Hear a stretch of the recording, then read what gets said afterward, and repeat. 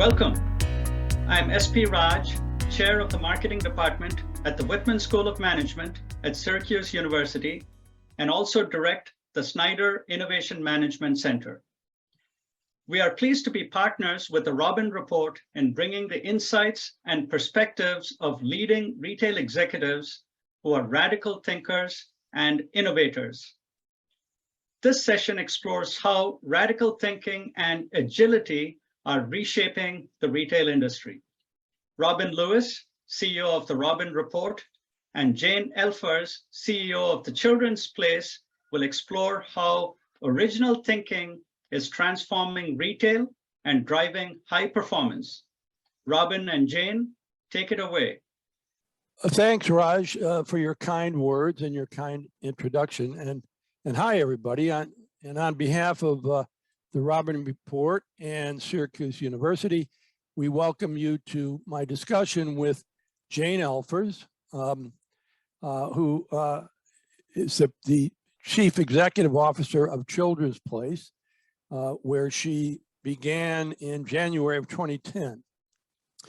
And I can attest that the business that she inherited was a mess, to put it lightly, across all functions. But as a turnaround expert, she did just that.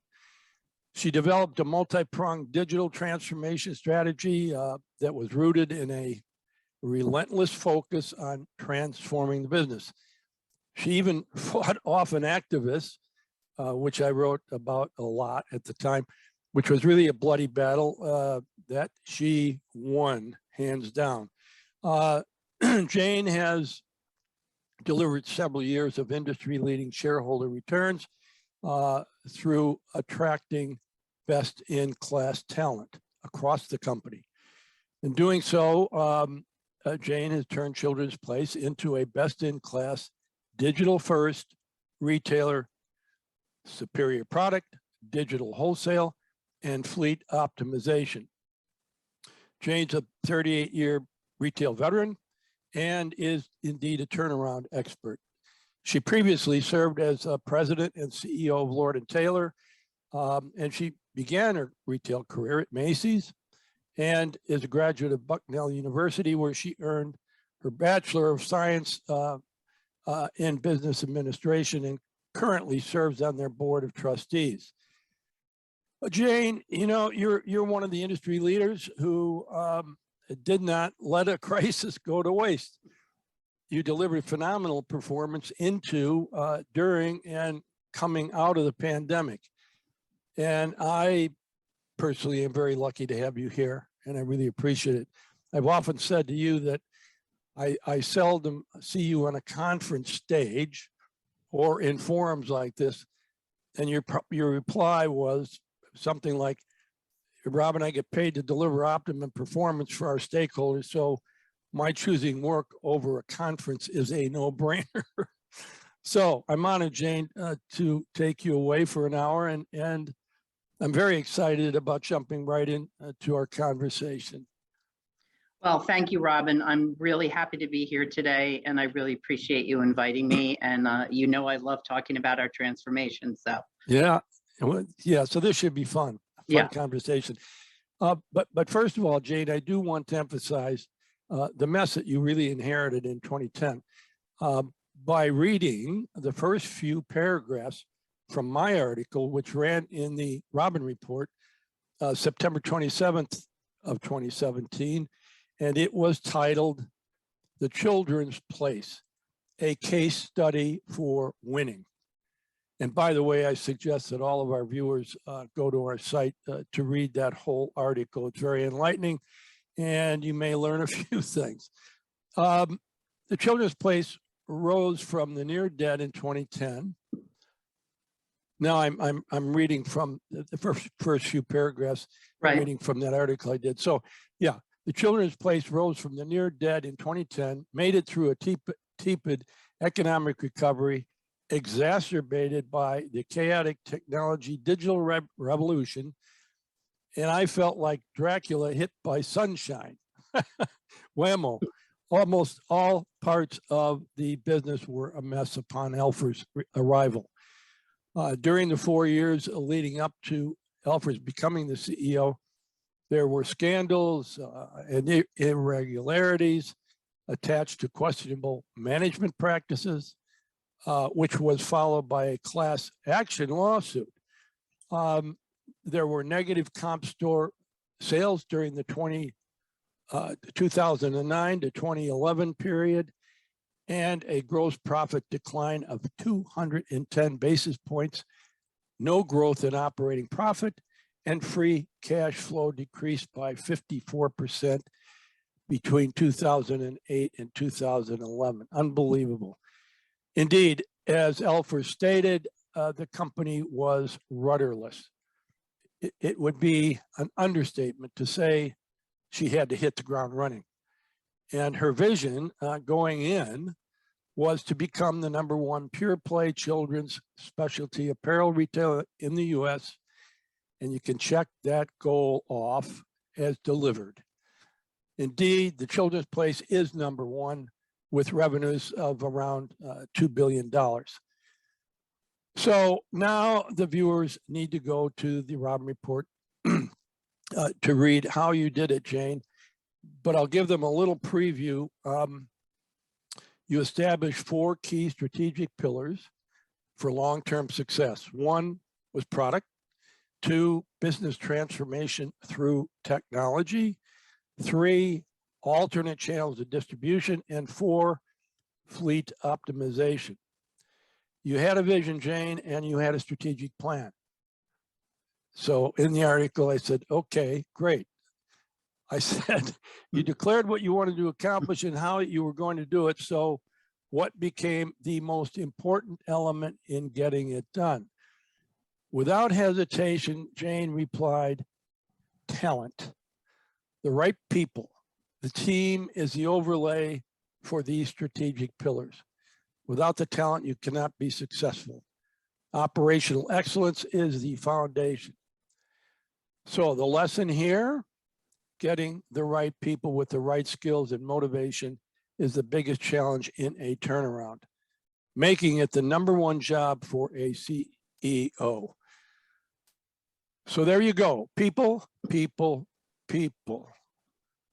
Okay, now let's turn to your story, Jane, leading up to 2019 and pre-pandemic, and give us some of the highlights during that period. Sure. Thanks, Robin. Well, I really can't overestimate how important it is to get the right team. As Robin said, it's all about people, people, people, and it's impossible to run a retailer without great people, but it's certainly impossible to successfully effectuate a turnover unless everyone is on the same page. So let's talk about where we were in 2019 pre-pandemic.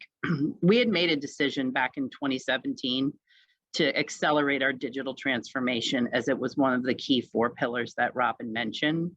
And we made a $50 million investment. We came out and told the street we were going to spend $50 million to over a 2-year period, a 2 to 3 year period, to accelerate the digital transformation. And we had quite a few eyebrows raised when we made that decision. And I'm sure. Do you need to spend all that money at once? Why do you need to do it so quickly? You know, on and on and on. And we said, because, you know, we're striving to be a digital first company. We have a young millennial digitally savvy customer, and we need to keep up. And so that was the decision we made to do. So by 2019, 31% of our business was already in digital, which was industry leading at that point because of the money we had put in a couple years earlier behind the digital transformation. From a competitor point of view, back in 2019, we had also done something else that was a little unusual for the industry, which is we said we were going to take short-term pain for long-term gain.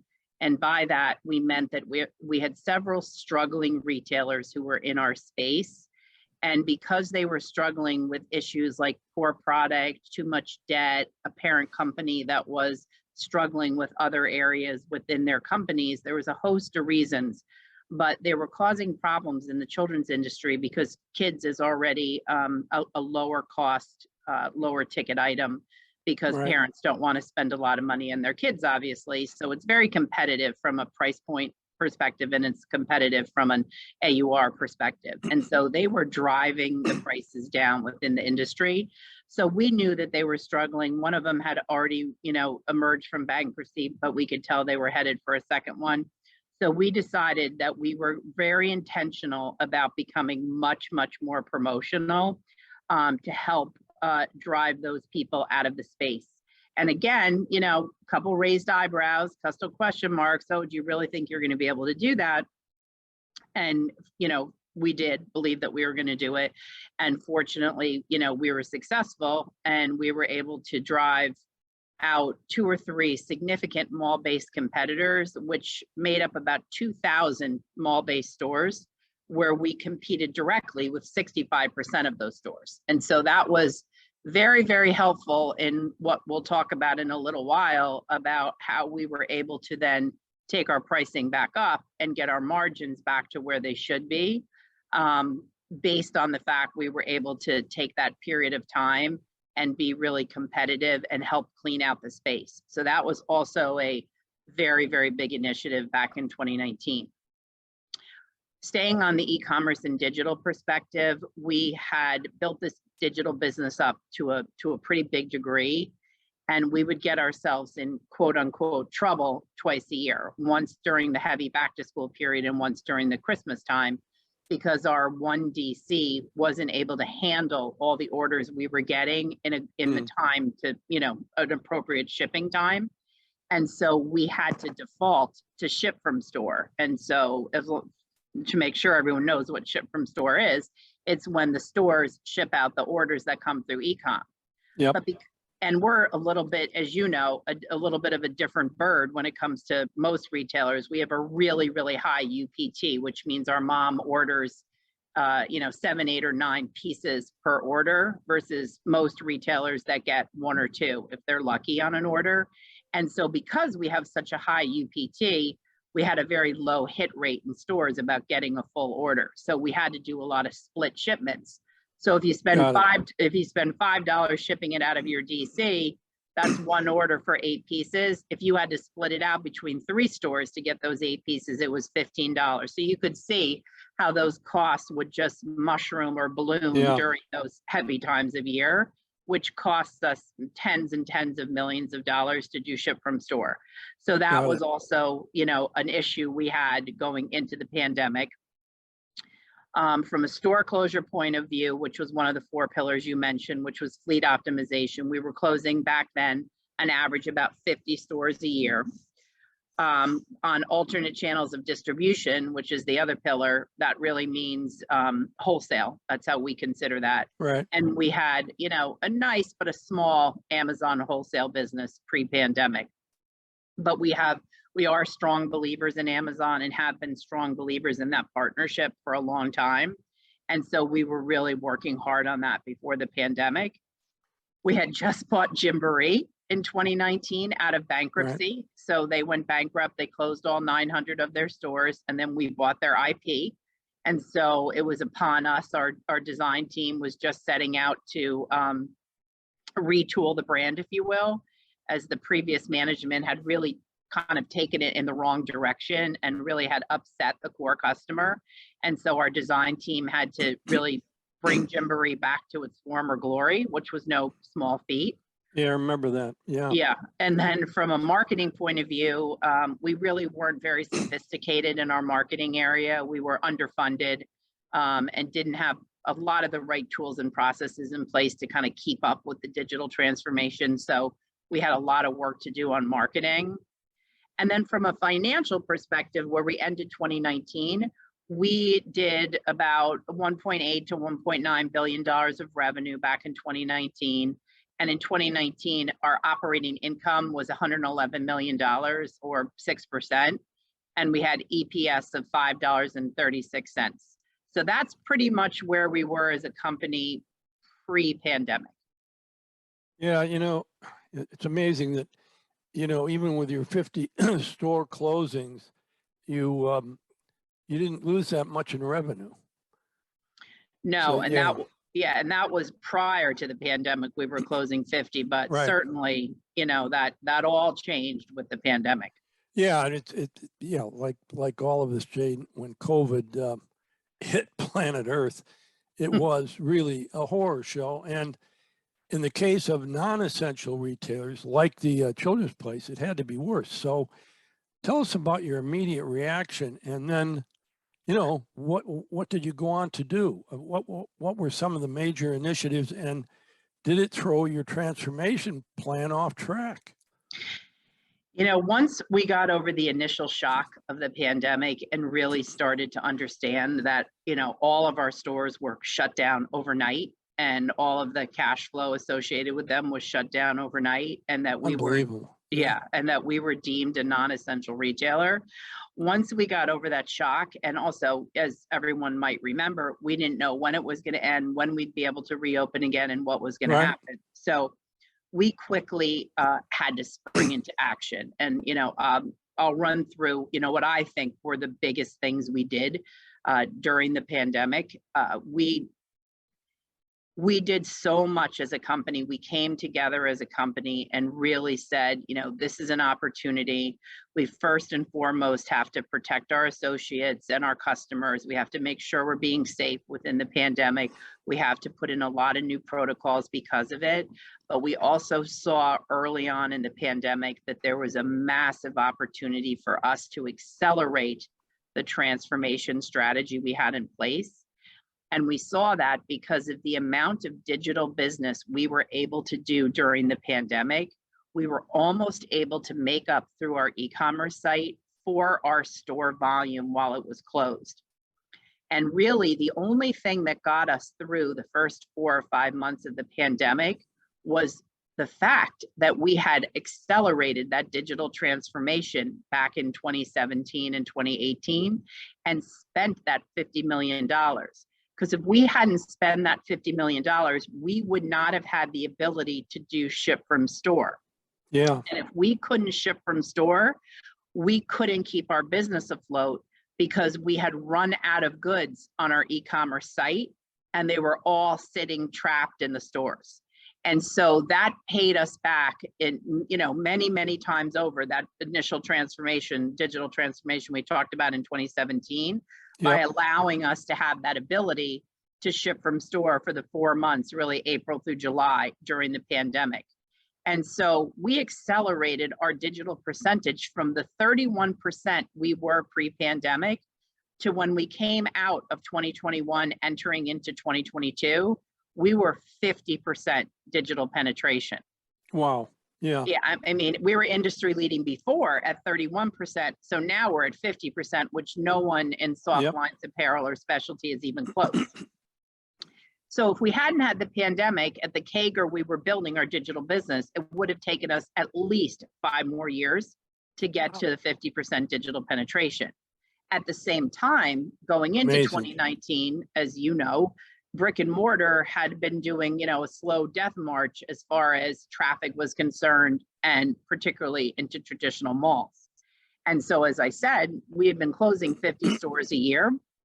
We made the decision in April, which was a month after the stores closed down for the pandemic, that we were going to significantly accelerate our store closures. And we came out and publicly said we were going to close 300 stores in the next 20 months. Which was a third of our store base. And so we went to work, and not only did we close the stores, we took that opportunity to reset our occupancy with our landlords and really get our costs down and fundamentally change those occupancy costs. So, excuse me. So between the accelerated store closure plan and the digital going up to 50%, we made a huge difference. And that's why I always say we accelerated it by 5 years, because we wouldn't have been able to close that many stores for 5 more years, and we wouldn't have been able to get to that digital percentage. Unbelievable. That's amazing. So So you did not let a crisis go to waste. That's for sure. No, go ahead. Yeah. We certainly didn't. And so between the occupancy costs and the digital transformation and the store closures, we were fundamentally resetting our profitability. And we had also, at the same time, virtually eliminated ship from store because we had developed a much stronger partnership with our third-party e-commerce fulfillment provider, which was Radial. Okay. We were able to develop a much stronger partnership with our third-party provider. So all that ship from store that I said we were doing before was because we only had one DC and we needed to have more. And we were not ready to do our DC expansion for another 2 or 3 years. So we were able to work with a provider called Radial, who is a major provider of e-commerce fulfillment services across the nation. And during the pandemic, we were able to strengthen that relationship and get to the point where we were almost 50-50, meaning 50% of our orders filled by Radial and 50% of our orders filled by our own DC. And what that was able to do for us, it was able to eliminate all that inefficient and all that super expensive ship from store. Yeah. So that was another thing that really, really changed the trajectory of our P&L. So now we've got our highest operating margin channel is e-com, and it's doing 50% of the business. We've eliminated all the ship from store. We've fundamentally reset our occupancy costs. So that is a huge lever within our P&L. And we've also worked on freight within our DC to lower our freight costs. So a ton of work there. Then you go over to product. As we mentioned, we had just bought Gymboree. So in the midst of the pandemic, we had our whole design team having to not only deal with what was happening outside, they had to redesign Gymboree with almost 2 hands tied behind their back because the offices were closed, people weren't around, and you know, on and on and on. So that was also a Herculean feat. And unfortunately, when we launched Gymboree into the pandemic, Gymboree's a dress-up business, and you know, all the kids had, yeah, I mean, everyone was wearing pajamas and sweatpants. And so that was unfortunate timing for us, but at least it was well received by the customer. And I think Mom, which is what we call our customer, I think Mom really appreciated the fact that we were giving her the aesthetic that she missed so much from Gymboree. And then when you get to Amazon, as I had mentioned, it was a very small business for us. And during the pandemic, we also used that opportunity to significantly strengthen our partnership with Amazon. And in the last 24 months, we have completely and fundamentally changed our partnership. We have been able to open up doors at Amazon that we didn't think we would be able to open up. They are helping us with our planning, helping us with our marketing, helping us, you know, understand categories and how to be more successful on the site. And it's probably one of the things I'm the most excited about as CEO of the company, of how big we can make that Amazon relationship. So, and that, yeah, and then so you've got Amazon, you've got Gymboree, you've got a retooled digital business, you've got a retooled store business, and then you get to marketing, which I'd said before was really not well understood and underfunded. And so during the pandemic, we worked with some pretty significant outside players, Ipsos, MMA, Ovative. These are all, you know, marketing companies that deal with much, much bigger brands than ours. And they came in and they really helped us look at our customer file. They helped us segment it out. They helped us map customer journeys. They helped us understand a multi-attribution, a multi-touch attribution tool, which is state-of-the-art, kind of just tells you where the last place your customer clicked. And then, yeah, which is, you know, hugely important to know what kind of brings her into your brand versus just thinking like, oh, she clicked on your website, so that's how you thought you got her. But she might have clicked on your website and then gone to your social media site and then seen an ad and come to you that way. So being able to have that knowledge and understanding is absolutely critical, you know, to run a successful marketing arm. And then the third piece of that is the people we have working with us now who help us understand our spend in real time so that we're able to move our marketing dollars around to different channels. Yep. Based on the results. So we're completely different company when it comes to marketing. And we're also now taking this next journey to invest significantly more in marketing, particularly like top of funnel. You might remember we had the Kardashians last holiday with our sleepwear campaign. We got over 2 billion views of the Kardashians. Wow. Yeah, I mean, she's unbelievable. Yeah, it's unbelievable. Yeah, I know. It was just, go ahead. Okay, so it was just crazy. And the amount of engagement we got and the amount of activation and new customers we got from doing that celebrity campaign really opened our eyes to how important it is to have celebrities and influencers and to use our social media channels differently. So that's another thing, you know, looking forward that I'm really excited about is what our potential is in marketing. And so if you add all those things up, we, as you, I think, said, we didn't waste the pandemic. That's right. We went to work. And as a matter of fact, when we ended 2021, our financials, our sales were higher than they were in 2019 with 256 less stores. We did more business. Yep.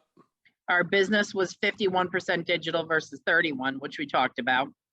And we delivered last year over $200 million in operating income versus $111 million in 2019. And it had a 15% operating margin versus a 6%. And our EPS was over $13 versus $5.36 in 2019. So we worked hard and the team did great and we really delivered and we are really in a good place right now. And we're on track to take that 50% digital higher as we look towards the future. Well, Shane, yeah, what you've done there is really astounding, and particularly the results of fighting through the pandemic. And you know, but as you know, if the pandemic wasn't bad enough, now we have a war screwing up the global supply chains, which had never been fixed anyway to boot. Mm-hmm. And you know, we have a dangerous inflation and possible recession as well. And what am I missing? Oh yeah, the big unknown, right, of how consumers are going to behave during this thing. I mean, everything was unknown going into the pandemic, right? But even now, coming out of it, because of all the stuff it caused during the pandemic, we still have more unknowns. So, so what are your thoughts about how you're going to deal with all of this? Well, you know, as we had said before, like the pandemic shocked us. I do believe that many of us retailers are shocked with how rapidly the macro environment has deteriorated with or without the war in Ukraine. I mean, it's almost it's a stunning collapse. You know, as far as I'm concerned, for these inflation rates to be where they are, and you know, for 40-year high inflation rates, and now you know what's happening with the Fed and interest rates, and you know how difficult it is to get a soft landing, and will there be a recession in 2023, and all those things you're talking about, which are unknowns. And that's certainly thrown a curveball into what we were thinking coming out of 2021. We were all thinking the pandemic is waning, we're going to get back to more normalized traffic patterns, and customers are going to get out and start living their lives again. And now, as from a Children's Place perspective, as a low-cost retailer, a value retailer, this inflation is hitting our core customer right where she lives. And so when you talk about the customer spending $500 or approximately that every month more than she was before, she has limited income. Now, there's been a lot of talk about savings rates, but I think with this inflation, there's been rising wages, but the wages haven't risen nearly as much as the inflation's risen. That's right. And then, with a strong labor market, we're wondering what's going to happen with that, over the balance of 2022. And Yep. so mom has really gotten a pay cut, not a pay raise, with the rate of inflation, superseding the rate of wage increases. And so she's got X amount of money she can spend. And unfortunately now, she's going to have to start to dip into those savings rates, which are also at historical highs. And she's got to make a decision. And we hear it from our customer. We talk to our moms, we have customer panels, we keep our ear to the ground. And particularly when it comes to gas prices and food prices, those are two things that really affect our core customer who is at a 75,000 or below income. And she has to make choices. She has to buy gas, she has to put food on the table. Yeah. She's not going to do a lot of discretionary buying. And so That's right. that is definitely going to impact us in 2022. And I think that'll impact us in 2023 as well. As it will everybody, Jane. Yeah, Mhm. at least you're not alone. Right. I mean, but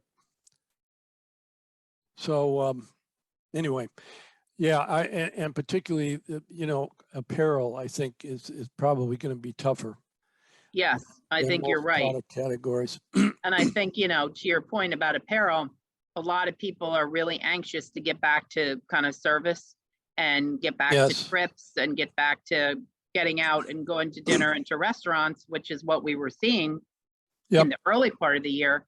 But a lot of that has started to change as well, with people maybe not being able to afford to go out to restaurants and, maybe not being able to afford to take that trip they wanted to take. And so that's Yeah. where I think the recessionary fears really come in. And I think, just from my opinion, it's, I believe much more likely than not that, we'll be in a recession in the next year. Yeah. Yep. I do too.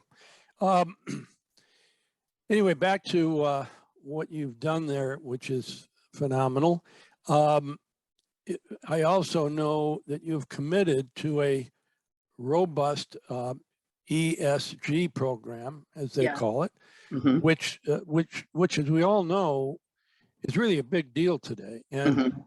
and that consumers are holding retailers accountable for no more talking the talk. It's now imperative to walk the walk. So, which is amazing to me. And I think it's this younger generation that really is going to push this. So tell us about your program in this area. Yeah, well, I'm glad you brought that up, because that was another thing that we worked on during the pandemic. And we worked very hard on it I'm sure most of your audience knows that ESG stands for environmental, social, and governance. Right. And it is a key topic for all of our stakeholders, not only our shareholders, but our customers and our associates. And when you think through our brand, we have a millennial mom with a Gen Z mom coming right up behind her. Yep. And that generation, particularly Gen Z, which is most of your audience, I would assume, is extremely focused on the environment and brands that do good. So from all angles, it's not only the right thing to do, but it's the right thing to do for, like I said, our investors, our customers, and our employees. And so Yep. in 2019, pre-pandemic, we published our first ESG report. And I believe it had six public goals, and it was about 19 pages long. Last year, we published our second ESG report, and it had 22 public goals, and it was close to 100 pages. Wow. Yeah. Amazing. And also, we have made changes. Our board had directed changes to, really look at the names of the committees, change the names of the committees to be more representative of what they do, like versus calling it a comp committee, now calling it a human capital committee, making sure that the governance committee had, ESG in its name, and that its work was really focused on ESG and overseeing the ESG processes within the company, adding time to board meetings to make sure that we had more time to discuss ESG, and then really getting the board, like I said, more involved in the whole thing, which is really important for the company from an oversight point of view. And Yep. so when you think about the goals that are in that ESG report, there's a lot of areas there's a lot of subjects wrapped into ESG, but some of the key subjects for us were environmental topics like climate and energy, which is always number one, like greenhouse gas emissions. Raw materials is another really important one for us, because we're a big user of cotton. And there's a lot of talk right now about cotton and where cotton is coming from and the Better Cotton Initiative. So that's Yep. a big deal for us. Water stewardship.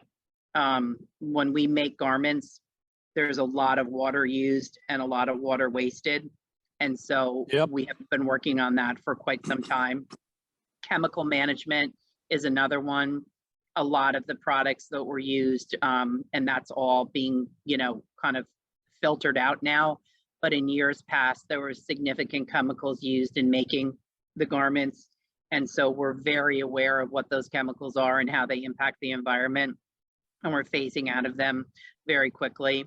And then circularity is a big one, which is really about recycling and reusing and not putting, billions of tons of apparel in a landfill every single year. I know, it's amazing. It is amazing.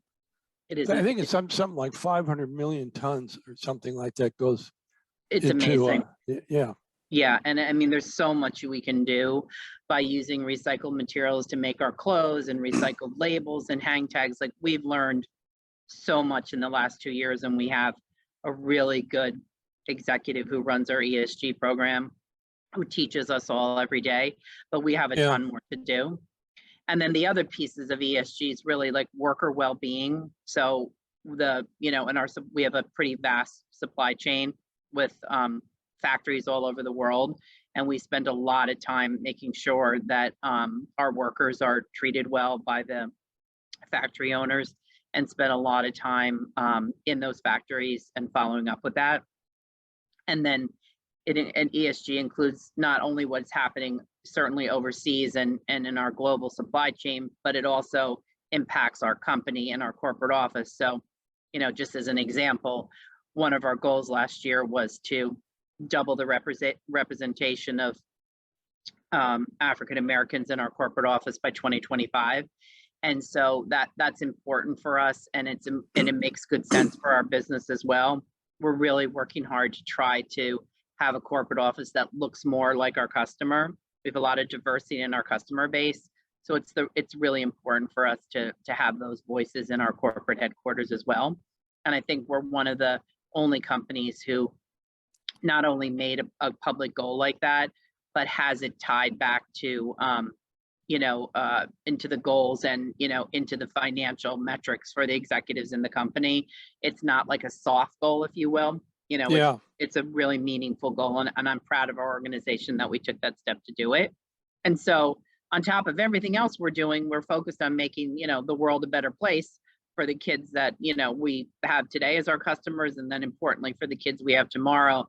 And it's really been interesting for someone of my age to see the excitement in the company with the millennials and the Gen Zs that work here, and how much they want to step up and be part of these initiatives. And even if it's volunteering out in the community, or, philanthropy, or, working hard in the design to get to a more recycled materials more quickly. I mean, everyone here has a piece of it, and they take it really personally. And it's really great to see that the company's kind of rallied around this over the last couple of years and making it very important. Yeah, it's amazing to me what we have the older, I'm older than, way older than you, but what we have left them with, a mess. And it's too bad. I mean, but hopefully they've got enough energy and motivation and principled enough to really take it on. And I think the industry writ large is beginning to respond. I think you're probably farther ahead in formalizing all this than most of them that I get around talking to, but they're all moving in this direction, and they have to. So kudos to you for getting into it. Anyway, we're going to wind down here, and as always, Jane, I totally enjoy our discussions. In my mind, you are truly one of the great leaders in this industry. Oh, well, thank you. Yeah, and thus, the Children's Place is indeed as you envisioned, to become the #1 pure play children's specialty apparel retailer in the U.S. Amen. And again, thank you, Jane, so much for giving this hour of your time. And look Well- forward to seeing you again soon also. Well, thank you so much. I really appreciate it. You are a true fan and a true supporter of us, and that's means so much to me and to our company. So I really enjoyed it. And again, I thank you. Okay. And I thank all of our viewers.